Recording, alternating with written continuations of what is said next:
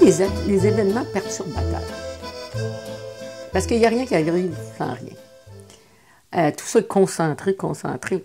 Alors, arrive au début des années 70, 73, 74, arrive après la FLQ. Parce que vous savez qu'on a eu des apogées, là, 70, la FLQ, bon, des attentats, etc. Bon, puis après ça, pouf. La pénétration des groupes maoïstes qui ont attiré dans leur rang énormément de militants dans les universités, lesquels, très souvent, ont quitté leurs études pour aller travailler en usine. Ce qu'ils faisaient, c'est de l'internisme, aller travailler en usine. Et ils étaient maoïstes, mais maoïstes dogmatiques. Alors, il y avait deux groupes principaux en lutte et comment ils s'appelait, le PCO. Un était dirigé par Charles Gagnon, qui était évidemment le Gagnon de Vallière et Gagnon, donc qui avait été et qui renie totalement le nationalisme, l'indépendance du Québec, s'enrôle dans un dogmatisme absolument... Il fallait s'abstenir au référendum. Mais ça, c'est arrivé plus tard. Mais avant ça, c'est très facile à l'époque de se faire embaucher dans les cuisines des hôpitaux, il y a toujours de l'embauche dans les usines. Et donc, ils travaillaient dans les usines. Rapidement, comme ils sont des intellectuels articulés, pénètrent les structures syndicales, deviennent délégués, rapidement élus, ensuite vont au congrès de la CSN ou sur une instance Conseil syndicale. central. Ils avaient un caucus dans les instances de la CSN qui se tenaient entre eux autres, puis ils se coordonnaient. Et ça a été extrêmement, je dirais, dommageable. Dommageable. Parce que ils se réclamaient la vraie parole ouvrière. On va se garder une petite gêne là-dessus, parce que, disons que, dogmatique. Et c'était des sectes, au fond. Moi, j'en connais de mes amis qui étaient avec moi à l'université, qui ont quitté tout pour aller rejoindre ces rangs-là, couper les liens avec la famille, plus parler à personne. Mais vraiment horrible, des sectes. Il y en a que ça a gâché leur vie, là. Il y en a là, que ça a gâché leur vie. Bon. Les cercles d'autocritique, puis ils étaient contre les homosexuels, il fallait se marier. En tout cas, les cercles d'autocritique. Les cercles d'autocritique. Bon, moi, j'ai jamais, ça m'a fait beaucoup de peine, parce que j'ai des gens que j'aimais beaucoup qui ont été aspirés, je dirais, là-dedans. Mais c'était des saboteurs en règle. Vraiment saboter l'action syndicale. L'action syndicale, là, c'est beaucoup de choses. Mais on est toujours en train de faire des compromis. Il faut aller négocier. Négocier, là, tout est dans le mot. Hein? Tu es obligé de faire des compromis. Donnant. Bien, tu as une stratégie, c'est quoi qui est important, qu'est-ce que tu peux laisser aller, où est-ce que ton point où tu peux... Bon, mais eux autres, c'était la lutte ultime, ouvrière, jusqu'au bout. La lutte des femmes, ça, c'était une lutte secondaire de bourgeoises. En tout cas. Et ça fait du mal à la CSN, ça. Et du mal à la CSN dans le sens où ça a déstabilisé la CSN. Parce que la CSN sortait là, de la scission avec la CSD là, en 71, 72. Le tiers de CMA avait été... En tout cas, disons que ça a foutu le bordel. Pour ajouter à ça, le PQ, contre toute attente, est élu en 76. Alors ça, c'est déstabilisant. Parce que tu as toujours eu des gouvernements, évidemment, le gouvernement du Duplessis, c'est l'ennemi ultime des syndicats. Bon, tu as les libéraux qui prennent le pouvoir en 60, il y a plus de... disons,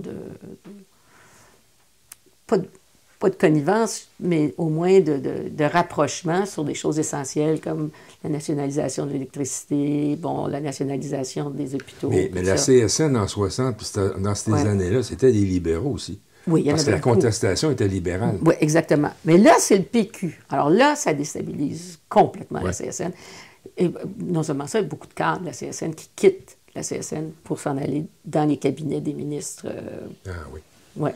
Oui. Alors, et puis, Marcel Pépin vient de partir, qui avait été un chef imposant.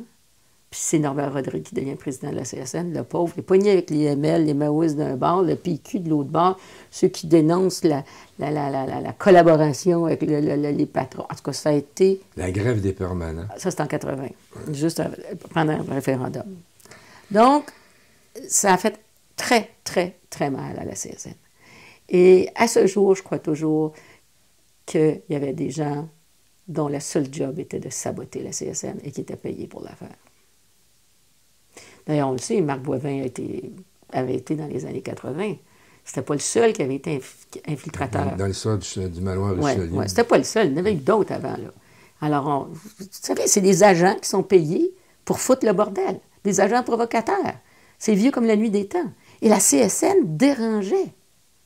La CSN, littéralement, était dérangeante. Donc, comment est-ce qu'on peut la neutraliser? On peut la neutraliser de différentes façons. Et étrangement, tous ces groupes maoïstes, soit dit en passant, sont à peu près dissous en 81-82, quand le référendum de 80 était perdu. Bon, on a réglé notre affaire. Bon. Ça s'est dissipé, tout ce qu'il en était. À peu près. Je crois sincèrement qu'il y avait des gens de très bonne foi. Parce que je pense aussi qu'il y a une chose, c'est-à-dire qu'au Québec, jusqu'à toutes les réformes de la Révolution tranquille, c'était une société qui était strictement encadrée par la famille et l'Église. Ouais. C'est pas tout le monde qui est capable d'assumer la liberté. Il y a du monde qui ont besoin de cadre. Donc, je pense qu'il y en a certains qui ont été là parce qu'ils avaient besoin de cadre. Ils ne pouvaient pas fonctionner en dehors. Parce que l'Église était dogmatique. Puis la famille suivait les ordres de l'Église. Puis c'était là, comme ça. Du jour au lendemain, tu te dis, tu peux faire ce que tu veux. Tu peux aller coucher avec les filles si tu veux. Tu peux faire n'importe quoi. Tu peux aller fumer du pot si tu veux. N'importe quoi. Le monde ne sont pas capables. Ils sont démunis devant la liberté. C'est pas tout le monde qui est capable de gérer la liberté. J'ai besoin d'un petit peu de chaîne encore. Puis là, ils se remettent des chaînes. Oui. Et ces groupes-là ont été, à mon avis, de véritables prisons pour ces gens-là. Et il y en a qui en ont. J'ai un grand ami d'université qui s'est perdu sa vie. Il ne s'en est jamais remis.